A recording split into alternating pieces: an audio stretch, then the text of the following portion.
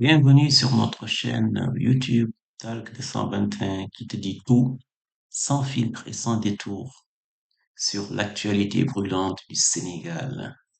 Alors, imaginez un premier ministre africain qui traite le président des États-Unis de va-t-en-guerre et d'homme de déstabilisation, pas dans une rue, mais lors d'une conférence à Dakar. Ousmane Sonko vient de briser tous les codes de la diplomatie sénégalaise en s'attaquant frontalement à Donald Trump et son coup de génie sur son suicide diplomatique. On débrief. Le 9 avril 2026, au musée des civilisations noires de Dakar, Ousmane Sonko a rencontré Pascal Boniface dans le cadre d'une conférence consacrée à l'autonomie, le patriotisme et le monde multipolaire. L'idée centrale était de réfléchir à la place de l'Afrique dans un ordre international en train de changer avec un accent fort sur la souveraineté africaine. Boniface y présentait aussi son ouvrage Les Maîtres du Monde. Alors, qui est Pascal Boniface? C'est un géopolitologue français fondateur et directeur de l'IRIS, qui est l'Institut des relations internationales et stratégiques, spécialiste des relations internationales et auteur de nombreux ouvrages sur la puissance, la diplomatie et l'ordre mondial. Il a choisi Ousmane Sonko parmi les maîtres du monde parce qu'il le voit comme une figure de souveraineté crédible et influente qui porte une demande réelle de rupture avec l'ordre mondial hérité et qui pèse politiquement bien au-delà du Sénégal. Dans ce livre, Sonko n'est pas le seul Africain. On peut citer Ngozi Okonjo-Iweala, directrice générale de l'OMC, et Cyril Ramaphosa, président de l'Afrique du Sud. Toutes deux figures incontournables de l'économie et de la politique mondiale. Alors, sans tarder, on va analyser les critiques qui perçoivent l'équilibre actuel des pouvoirs entre le président Faye et Sonko comme une rupture des normes institutionnelles, comme un empiètement sur le domaine réservé du président. Plusieurs observateurs estiment qu'en s'attaquant frontalement à des puissances étrangères comme les États-Unis, Ousmane Sonko outrepasse ses fonctions.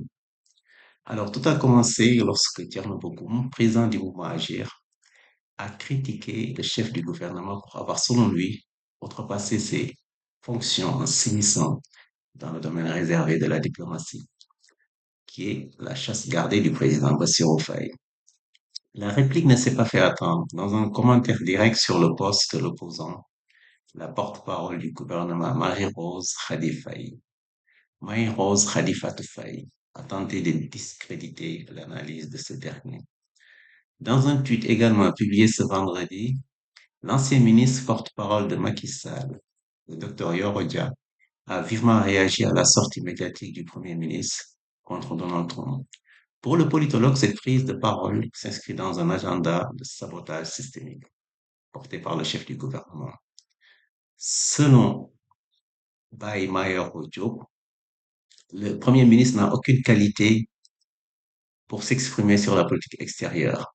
Venons-en maintenant aux charges de Sonko contre les États-Unis, comme à son habitude, et dans la Gatsa Gatsa, qui est le terme wolof utilisé par Pastef, le refus de plier, face à l'oppression et la charge anti-impérialiste, qualifiant Trump d'homme de déstabilisation, le locataire de la Maison-Blanche qui reproche pourtant à la Norvège de ne pas lui avoir attribué le prix Nobel de la paix, Ousmane Sonko a encore insisté. Monsieur Trump n'est pas un homme de paix. Disons, quel courageux ce Sonko.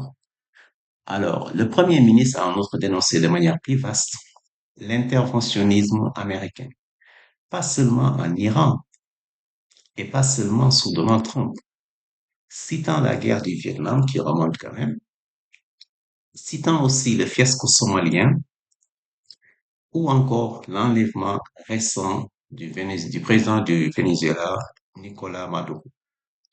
Revenant sur le cas iranien, il considère que les semaines de bombardement et le déploiement militaire le plus important depuis la guerre irakienne auraient plongé le monde dans un chaos que rien ne justifie. avec notamment des effets en Afrique, notamment des effets en Afrique. Ousmane Sonko a martelé que les États-Unis n'ont pas à décider pour le monde, que les États-Unis n'ont pas à décider pour le monde. Le Premier ministre du Sénégal est comme ce rasoir, il faut le dire, à deux lames, dont la première soulève le poil, donc la seconde donne le coup de grâce à la pilosité indésirable. 2 jours après l'annonce d'un cessez-le-feu entre Washington et Téhéran, Sonko s'est montré catégorique. L'administration Trump, l'administration de Trump n'a atteint aucun des trois objectifs brandis pour justifier l'intervention en Irak, ni les renversements du régime des Mollahs, ni l'élimination des capacités balistiques iraniennes. Alors, disons-le maintenant, quelle est sa vision? Quelle est sa lecture? Qu'est-ce qu'on peut retenir sur cette communication frontale de Sonko? Ousmane Sonko brise les codes diplomatiques. Il brise les codes diplomatiques en attaquant frontalement Donald Trump et l'impérialisme. Il affirme, entre autres, que le Sénégal ne demandera plus jamais la permission d'être souverain, ni d'indulgence pour penser par lui-même. Cette rupture radicale et l'usage du slogan Gatsa Gatsa, qui est un terme wolof, la langue locale, la langue parlée au Sénégal, qui est considéré comme, qui est considéré comme une résistance, déclenche un séisme politique. Alors, on peut se poser cette question, s'agit-il d'une révolution patriotique nécessaire ou d'un sabotage des prérogatives du président Bassirou Diomaye Faye? Ou s'agit-il d'une souveraineté multidimensionnelle qui prône un refus catégorique des parrains et des tutelles affirmant que le pays doit assumer le coût de sa propre liberté sans demander permission pour être souverain? Cette autonomie est à la fois économique, intellectuelle et démographique. Rappelons-le, lors de la conférence, il a refusé catégoriquement des politiques de limitation des naissances dictées de l'extérieur.